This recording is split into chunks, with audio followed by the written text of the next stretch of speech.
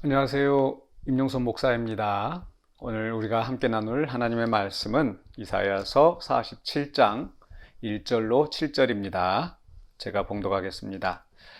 전의 딸 바벨론이여 내려와서 티끌에 앉으라. 딸 갈대하여 보좌가 없어졌으니 땅에 앉으라. 내가 다시는 곱고 아답다 일컬음을 받지 못할 것임이라. 맷돌을 가지고 가루를 갈고 너울을 벗으며 치마를 걷어 다리를 드러내고 강을 건너라. 내 속살이 드러나고 내 부끄러운 것이 보일 것이라. 내가 보복하되 사람을 아끼지 아니하리라. 우리의 구원자는 그의 이름이 만군의 여호와 이스라엘의 거룩한 이시니라. 딸 갈대하여 잠잠히 앉으라. 흑암으로 들어가라. 내가 다시는 여러 왕국의 여주인이라 일컬음을 받지 못하리라. 전에 내가 내 백성에게 노하여 내 기업을 욕되게 하여 그들을 내 손에 넘겨주었거늘 내가 그들을 긍휼히 여기지 아니하고 늙은이에게 내 멍에를 심히 무겁게 메우며 말하기를 내가 영영이 여주인이 되리라 하고 이 일을 내 마음에 두지도 아니하며 그들의 종말도 생각하지 아니하였도다. 아멘.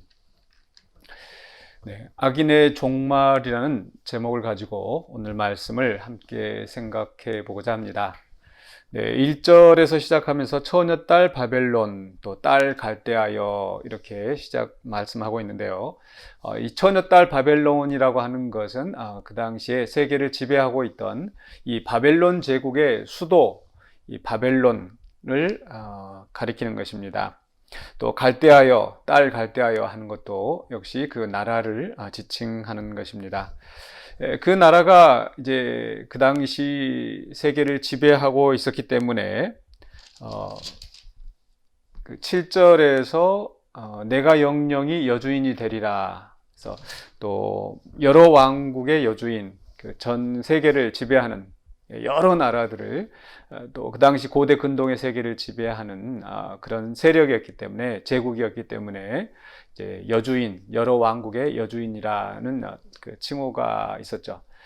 또 뭐 아리따다, 곱고 아리따다 이런 것도 그 당시 이제 가장 또 번성한 도시였기 때문에 또 사람들에게 그 사람들이 이게 사모하는 또 사람들이 흠모하는 그런 도시였죠. 그렇기 때문에 곱고 아리따다 이런 표현이 나오는데요. 오늘 말씀의 핵심은 바로 그러한 그 바벨론, 세상에서 권력을 쥐고 또 가장 또 사치하고 또 부유하고 번영하였던 그런 바벨론이 내려앉게 될 것이다 라고 말씀하는 거죠. 오늘 이 말씀을 생각하면서 또 이 말씀은 이제 이스라엘 백성이 바벨론 포로에 있을 때 그 바벨론을 무너뜨리시고 하나님의 백성을 구원하신다라는 이런 말씀의 선포인데, 오늘 우리의 삶 속에서 적용을 해본다고 하면 바로 이 악인의 형통함을 우리가 어떻게 바라볼 것인가. 그렇죠. 오히려 악인들이 권세를 잡고 또 의인을 압박하며 또 핍박하고 또 그 권세를 이용해서 또 부를 쌓고 또 호의호식하며 살아가는 그런 악인의 형통함을 우리가 많이 볼 때가 있습니다. 또 그 악인들이 형통할 때에 반면에 또 우리가 또 하나님을 온전히 섬기고 간다고 하면서도 또 우리가 그것 때문에 더 고통을 받고 어려움을 겪을 때가 많이 있습니다. 그랬을 때 우리가 낙심할 수밖에 없는데 오늘 말씀은 분명히 선언하십니다. 그렇게 곱고 아리따던 바벨론이 이제 더 이상 그렇게 곱고 아리따다 일컬음을 받지 못할 것이라. 높은 보좌에 앉았지만은 이제 내려앉아라 라고 말씀하시는 거죠. 또 2절과 3절에서 뭐 치마를 걷어 다리를 드러내고 강을 건너라.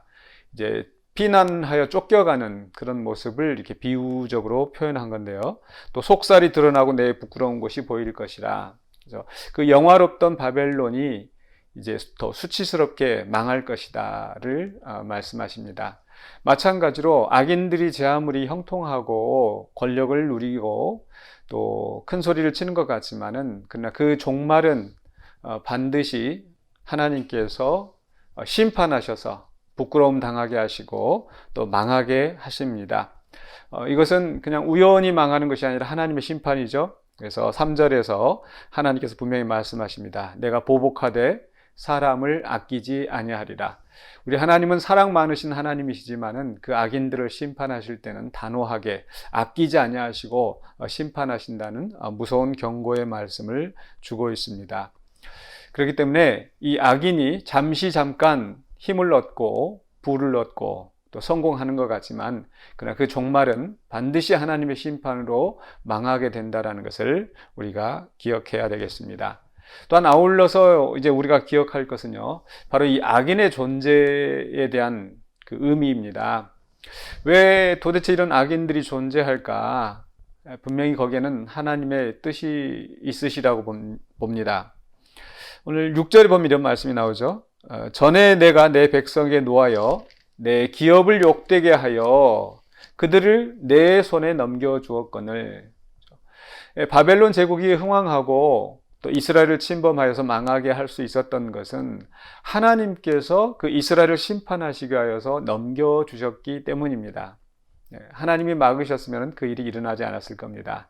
그러나 하나님은 선하신 뜻을 위하여서 그 백성의 범죄함에 대해서 심판하시기 위하여서 그 악인에게 넘겨주셨습니다. 그러나 바벨론은 그 하나님의 뜻에 대해서는 전혀 관심이 없었죠. 오로지 자기 욕심으로 또 자기 분노로 또 세상을 지배하고 정복하는 그런 나라였었고 또 그런 속에서 이제 교만하여서 내가 영원히 세계의 주인이 될 것이다. 그런 교만에 빠져 있는 거죠. 그렇기 때문에 하나님께서 그 악인에 대해서도 심판하십니다. 그러나 반면에 그 바로 이스라엘 백성을 심판하시기 위하여서 하나님께서 바벨론을 도구로 사용하신다라는 것. 물론 우리가 삶 속에서 악인들로 인하여서 고통을 받는다고 해서 항상 이것이 하나님의 심판이다 그렇지는 않습니다. 때로는 그 악인들의 그런 그 죄로 말미암아서 또 우리가 죄가 없는데 그 공연히 그 고통을 당하게 되는 경우도 분명히 있죠. 초대교회 많은 순교자들이 그러했었고 또 성경 속에서 또 많은 또 신앙으로 인하여서 또 의의 길을 가다가 박해를 받는 사람들이 분명히 많이 있습니다.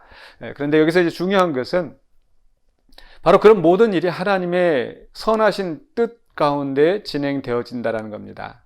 그래서 이스라엘 백성이 그 죄로 말미암아 그 하나님께서 심판하시기 위하여서 바벨론을 들어서 치셨던 것처럼 또 하나님의 선하신 뜻이 분명히 있기 때문에 그 일이 일어난다는 거죠. 그렇기 때문에 우리가 때로 우리 주변에서 그런 악한 자들이 형통하고 또 악한 자들로 말미암아 고통받을 때에 하나님이 우리를 버리셨는가? 하나님이 우리를 떠나셨는가? 왜 하나님은 아무것도 안 하시는가? 또 이렇게 하나님을 원망할 것이 아니라 이 과정을 통해서 하나님께서 선하신 뜻을 이루어 가신다. 그리고 그 모든 것을 이루신 후에 하나님께서 또 악인들을 심판하시고 그 하나님의 백성들을 구원하신다라는 거죠. 우리가 이것을 믿어야 됩니다. 오늘 말씀 속에도 분명히 선언하고 있지 않습니까? 내가 보복하되 사람을 아끼지 아니하리라 3절에서 말씀하신 다음에 4절에서 우리의 구원자는 그의 이름이 만군의 여호와 이스라엘의 거룩한 이신이라. 즉 악인이 그저 멸망하는 것으로 끝이 나는 것이 아니라 하나님은 그 사건을 통하여서 궁극적으로 의인을 구원하신다는 약속을 말씀하고 있습니다. 그렇기 때문에 지금 우리의 현실 속에서 악인이 형통하고 승리하고 또 의인을 핍박하면서 큰 소리치고 조롱하는 그런 일이 있다 할지라도 이 모든 것을 굽어 살피시고 또 악인들을 궁극적으로 심판하시고 의인들을 구원하시는 하나님이 여전히 역사하신다라는 것, 그리고 그 하나님이 우리의 구원자가 되신다라는 것을 믿으시기 바랍니다. 또 아울러서 우리가 또 생각할 또 하나의 요소가 있다면은 또 우리가 이 말씀을 묵상할 때에 우리는 의인, 또 내 반대편에 있는 사람은 악인, 또 이렇게만 해서는 안 될 것입니다. 우리 자신들도 그런 악인이 될 수도 있다라는 그 위험성을 생각하면서 그렇게 악인이 되지 말아야 되겠죠. 오늘 말씀 속에서 하나님께서 바벨론을 들어서 이스라엘 치시는데 그 바벨론은 스스로 교만하여져서 스스로의 힘으로 자기들이 그 모든 것을 차지하는 것처럼 생각하고 또 그 심판을 받는 그 백성에 대한 그 긍휼함이 전혀 없었던 거죠. 그래서 때로 하나님께서 우리를 통하여서 의를 이루시기 위하여서 우리를 도구로 사용하시는데 그러할 때 우리는 상대방에 대해서 다른 사람들에 대해서 또 하나님의 마음으로 그러니까 정의를 이루지만은 또 다른 한편으로 또 긍휼한 마음을 가져야 될 줄로 믿습니다.